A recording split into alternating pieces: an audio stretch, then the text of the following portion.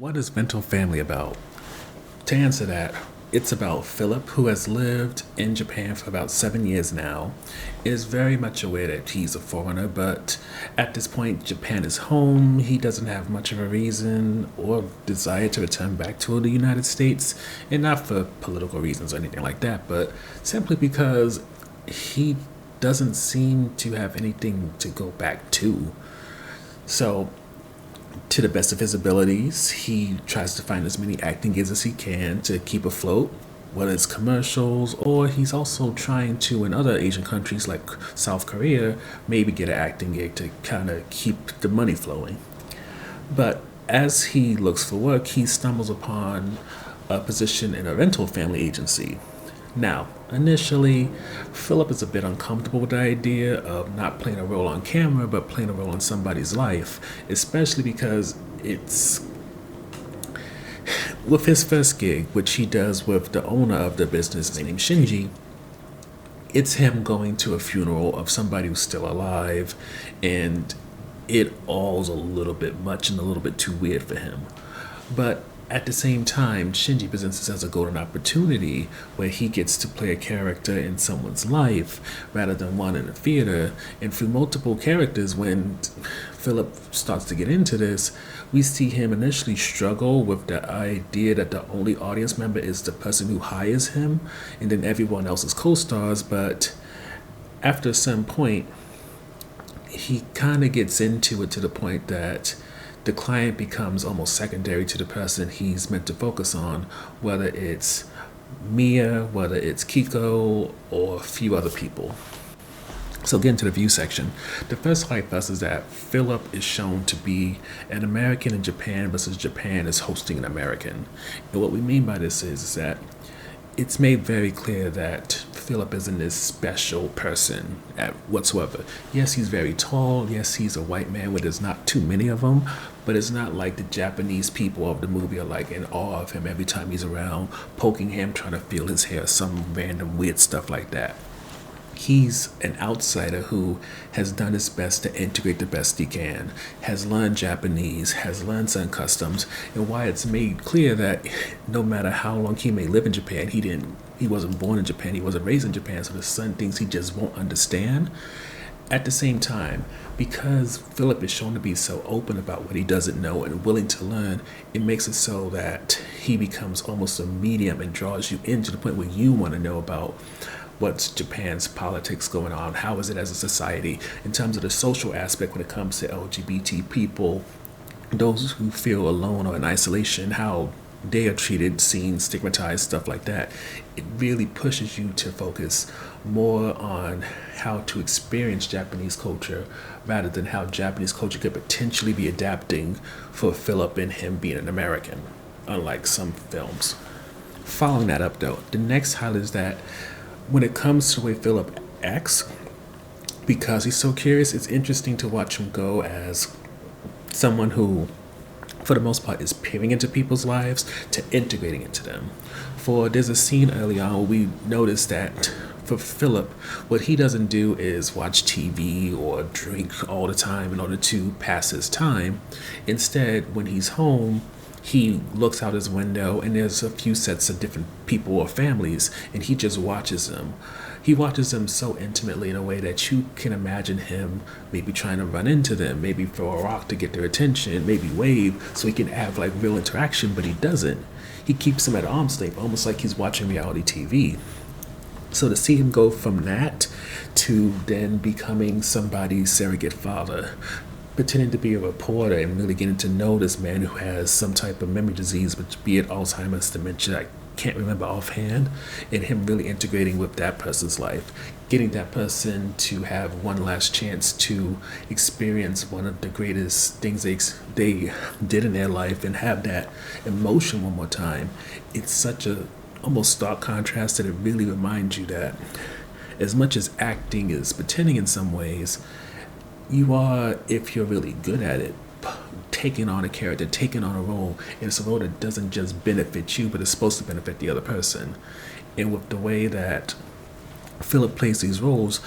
like any good actor, it's not just about learning about the other person and what they can get out of it and what they're doing. It's also about learning about yourself and who you are, and whether it's perhaps Philip longing for a family, maybe even to become a father, or else looking for a connection with somebody older, maybe missing a parent or grandparent. You see that eventually he goes from the outside looking in to being part of it, and it's not something that is just transactionary, or however the word is, a transactional relationship, but it's actually something that has some meaning to him just as much as it does to the person. And even though he still is, he may still feel like an outsider, this is probably the first time in all his 7 years in Japan where he feels like he's truly part of something, hence why he keeps doing more and more rather than kind of easing away because of the initial awkwardness. And getting to the last highlight, it's going to be Mia and Kiko. And starting with Mia, what I loved about her interaction, especially with Philip, is that it's the type of thing that didn't feel like it was made to be for a cheap tearjerker. It's something that built up and really stood something in you to the point that you could actually genuinely cry. For when it comes to Mia, with her not having a father figure, her mom mainly focused on her achievements, not really who she is as a person. It kind of made Philip be a much needed force in her life. And in some ways, you could present it as him being American versus her mother being a Japanese person, and the different cultures and how they treat children, how they see accomplishments, education, and all that. But it doesn't necessarily feel that deep. It's about recognizing a child who has some sense of autonomy, how there's not really a one size fits all way to raising and nourishing a child, and basically just allowing this kid, who's probably no more than 10, to have room for doubt, have room for frivolous things that isn't made for her academic career, and getting to explore what it means to be human in a safe environment with an adult who isn't trying to control her, but more so guide her. And then with Kiko, he's an 80-year-old man. He has, I believe, dementia, Alzheimer's. I can't remember offhand which one specifically, but you can see from him having an attendant, the way his daughter treats him, he's being infantilized. And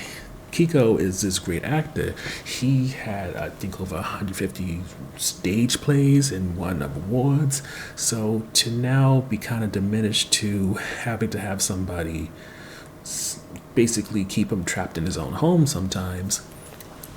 it's not only, of course, offensive to him, but it's also a little bit demoralizing. And being that he is aware and it's kind of accepted the fact that he can't work on stage anymore,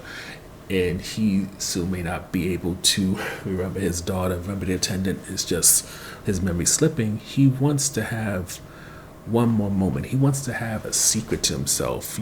get to still be a grown-ass man. And it's, again, one of those things where you can see how for him they could have easily made this cheap sort of Oscar bait tearjerker type of character with a series of moments that go along with it, but instead they really focus on the human side of it and make it so that these are people who feel real, lived in, and are the type who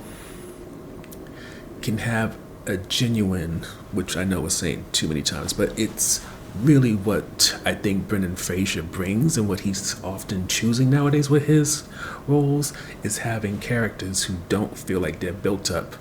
by some writer who wants to